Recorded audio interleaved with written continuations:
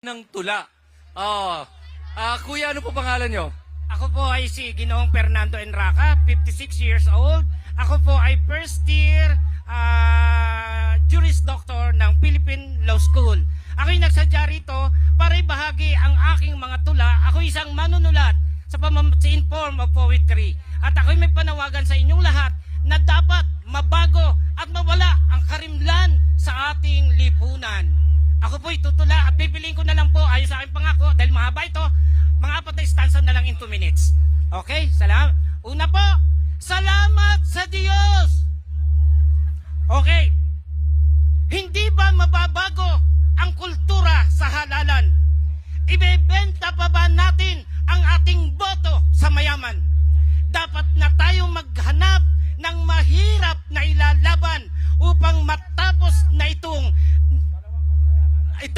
nakawang karumal-dumal. Pansinin nyo at isipin ang tatsulok na awitin. Pag mahirap na ang nasa tuktok, bansa ay babaguhin.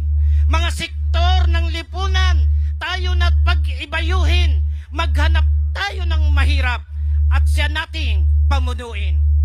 Isa pa. Subalit mas higit itong aking pinangangamba. Sa aking mga paniginip, lagi kong nakikita na ang pera ng mga singket ang siyang gumagana, bumibili ng mga liderato upang kagustuhan ay makuha.